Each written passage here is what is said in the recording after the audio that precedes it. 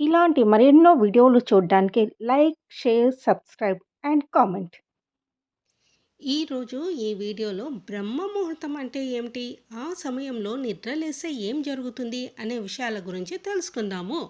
బ్రహ్మ ముహూర్త సమయం, దీన్ని అమృత కాలమని, బ్రహ్మ సమయమని అంటారు. ఇది బ్రహ్మదేవునికి సంబంధించిన సమయం కాబట్టి ఆ పేరు వచ్చింది.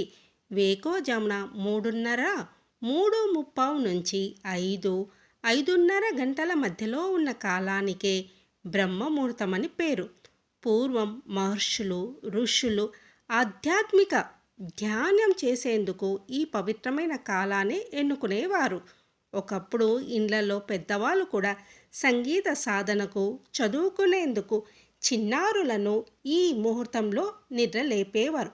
సూర్యోదయానికి దాదాపు గంటన్నర లేదా 1:36 ముందుగా వచ్చే ఈ టైంలో నిద్ర లేచి కాలకృత్యాలు తీర్చుకొని ఆ తర్వాత అరుణోదయాన్ని చూస్తే ఆరోగ్యానికి ఎంతో మంచిది. సూర్యుడి కన్నా ముందు ప్రత్యక్ష నారాయణుడి రథసారథిగా పిలిచే అరుణుడు ఎర్రని రంగు కిరణాల రూపంలో దర్శనమిస్తాడు. లేత సూర్య కిరణాలతో కాసేపు మాత్రమే కనిపించే ఆ సుందరమైన దృశ్యం ఆహ్లాదకరంగా అనిపించడంతో పాటు శరీరానికి విటమిన్ డి కూడా పుష్కలంగా అందిస్తుంది. అసలు బ్రహ్మ ముహూర్తంలో లేస్తే ఏం ప్రయోజనాలో తెలుసుకుందాము.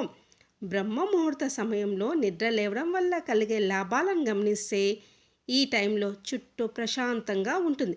ఎలాంటి సౌండులు వినిపించవు. దాంతో దైవారాధన చేసిన, విద్యార్థులు చదువుకున్నా, ఏదైనా ఓ పనిని చేపట్టిన ఏకాగ్రతతో పూర్తి చేయవచ్చు. మనసు చేస్తున్న పనిపైనే శరీరం లగ్నం అవుతుంది. ఇంద్రియాలు సైతం అప్రమత్తంగా పనిచేస్తాయి.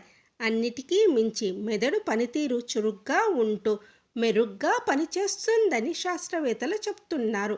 వీటన్నిటి ద్వారా సానుకూల దృక్పథం కూడా పెరుగుతుంది.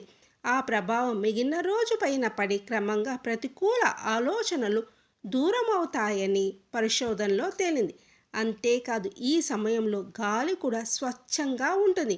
ఆ గాలిని పీల్చడం వల్ల శరీరం ఆరోగ్యంగా ఉండడమే కాకుండా ఒత్తిడి సమస్య కూడా అదుపులోకి వస్తుంది.